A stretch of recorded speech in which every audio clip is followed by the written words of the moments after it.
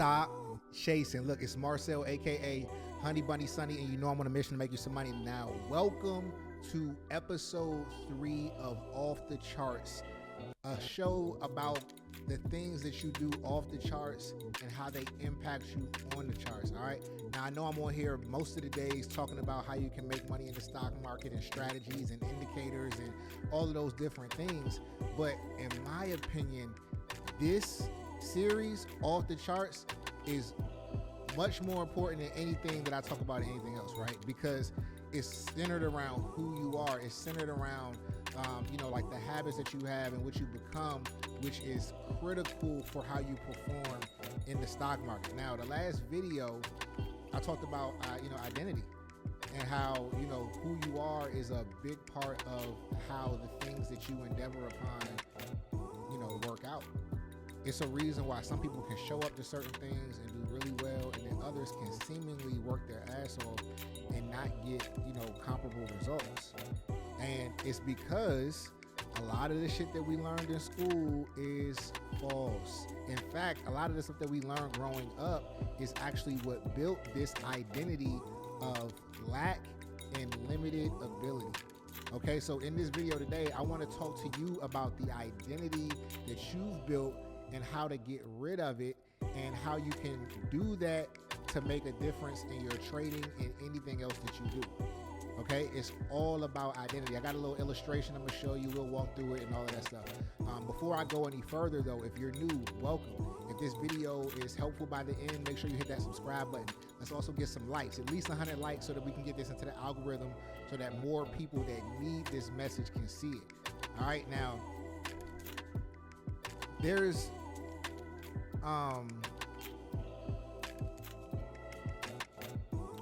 now there's something I want to say. This is the part that you want to pay attention to, right? I know everybody wants to jump in and focus on the, like the charts, and this is what's going to happen. Okay, follow me. I'm trying to tell you. I'm telling you from experience. Follow me. Okay? It's important that you understand this. It doesn't matter what you learn.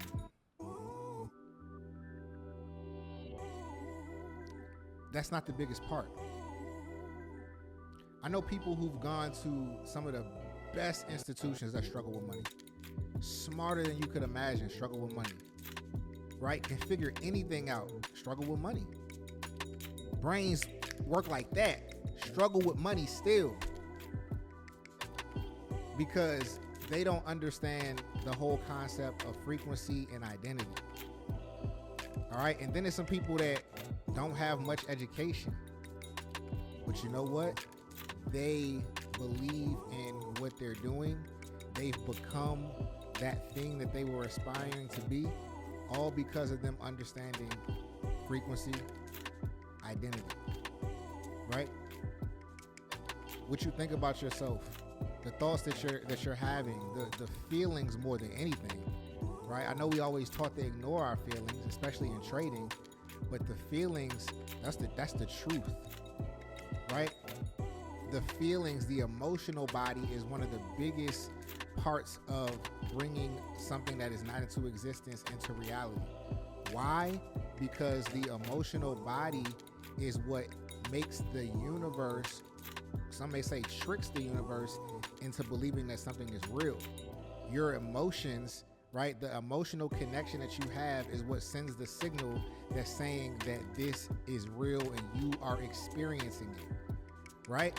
So this is going to be the very thing that sends you downward or sends you into infinity. All right, I'm gonna show y'all something real quick. This is how I like to demonstrate it, right? So first, let me ask you this. Have you ever decided to do something and you find yourself like low-key getting close? You getting to that, to that point. You're like, man, this is starting to become something. And then it all falls down. It all crashes. And typically it's like something that you can trace back to you doing that may have created some sort of self-sabotage in that thing. Raise your hand. I know I can't see you, but if that's you, like just take a moment and think about your life. Think about times when you've seen yourself making progress, but somehow it's like a wall or a ceiling, and then you find yourself going backwards. I'm gonna show you what that is, right? So I got this handy dandy whiteboard. You know, we love a whiteboard, right? Excuse the drawing because even though I can draw, this the way I'm holding this is gonna be a little weird. So just bear with me. All right, we don't need the top. All right, we just gonna draw it like this. Yeah, this microphone is tearing me up right now. All right, and we're gonna just put a little bit of grass or something under there. It don't matter. It can be anything, right? So this is your identity. We're just gonna put ID. This is your identity, right? These walls, right? That height, whatever, that width, that length, whatever it is, right? This is your identity. And what happens is this identity does have dimensions, right? It has up, to the side, down that you can go, you know, forward, all of those things, which is typically how we spend our entire lives, right? So you could be right here and feel like you're getting some progress and then go over here, right? If you right here and then you go over here, that's progress. But then you know what can happen? You get sent right back there, which is what happens often, more times than not. You get sent back a little further away from where you were, and then you work your way back, and now you start to feel progress, and now you feel like you're really changing. And then over time, you never really get past that wall. And you could do this all over this thing, all over. You could go up, you know, side, diagonal. You can go all these places, but you always getting knocked back. You always getting knocked back. You always getting knocked back from every angle, no matter how much you progress or digress. It's staying within this box of the identity that you created. Right? Follow me. Now, this identification, right? This identity has been being formed your entire life, right? Since you were a kid. Because before these barriers didn't really exist. So you actually just started with this grass when you were younger, and you were outside. You were infinite. You were boundless. You were trying all these things, but you being the architect of your life that you are, you decided that you wanted to design your own reality with limitations, right? You wanted to design your own reality with limitations. So let me get rid of that real quick. Hope y'all screenshotted that. You decided to design your reality with a bunch of limitations. You know what I'm saying? So you had the grass, then you tried to play sports, got teased. So you kept building up these walls of what you can't do. Each brick in this identity house that you created, it's just things that you can't do. It's just things that you can't do. So we got us a nice foundation, and then a bunch of bricks of can't. So some people, got like a bigger house that's full of stronger limitations, and they can move around, and it can look like they doing something for a while, but at some point they hit that wall, they hit that ceiling, they hit that floor, they just all over here, right? This is your identification, your ID. Now people are like, okay, I get it. I understand that, there have been things in my life that, created limitations, right? The school you went to, your parents saying do this instead of that, them always being like, oh, stop that, being fearful, like from the time that you were a kid, oh, that's dangerous, like everything pointing to being fearful, right? Then you got the government that, that plays a role in it, big corporations, all of those things playing a role in your lack, right? You need to buy this because you don't have that. If you get this, you'll be that, right? All of those things that just continue to form this identity of limitation and lack. Well, let me ask you a question, right? Because we're talking about identification. If your ID expires, like your state ID, right? That's your identity. That's how you identify. Your state ID, all the information about you physically, right? Weight, height, all that stuff. If your ID expires, like what do you do? You you go get another ID. You can't change the fact that the things on that has, says what it says. You have to go get another ID, right? You got to go get a new one with a new expiration date. It's the same thing with your current identity. You can't change it.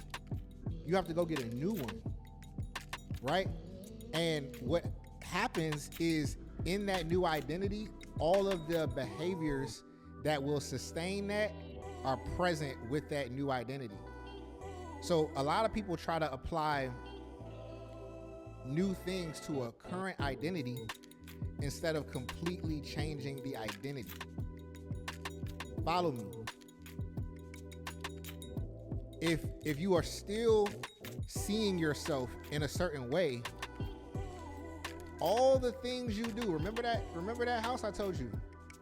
All the things you do, you see yourself in a certain way. Oh yeah, I'm working out now. Oh yeah, I'm doing this now. Yeah, I'm trading now. I'm getting some money. I'm getting some money. This is not me. Back you go to square one.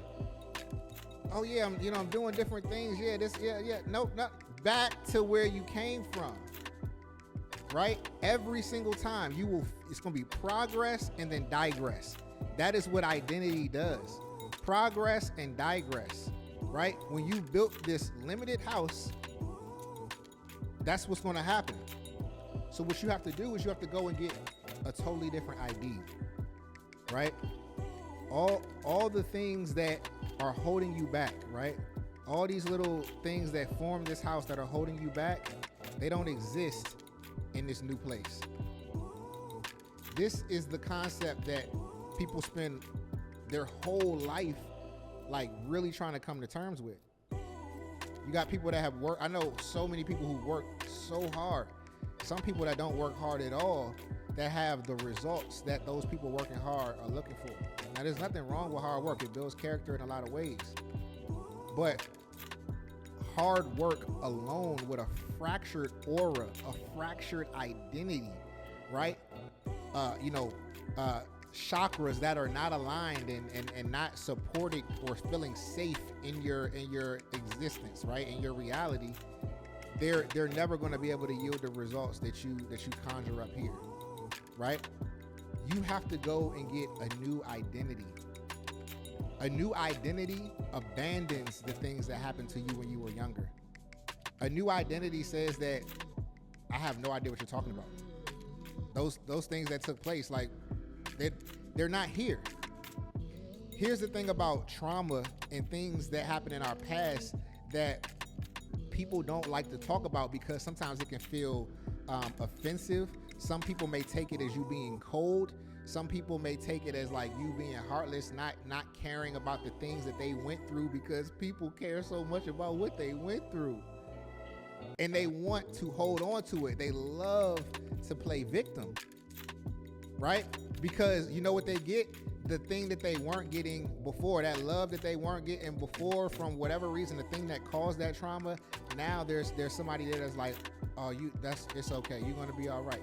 Now, I'm not saying it's not okay to be comforted and to lean on your community when you're going through things. I'm not saying that at all. But when that becomes your identity, like you are a victim of this world instead of a co-creator in this world, then that is going to be very limiting. That is an ID. So we got to forget about that stuff. Now, the only reason that the stuff that you went through is still present now, especially if it's not physical, right? If it's not a physical trauma, that's a totally different video for a different day about how to address physical trauma.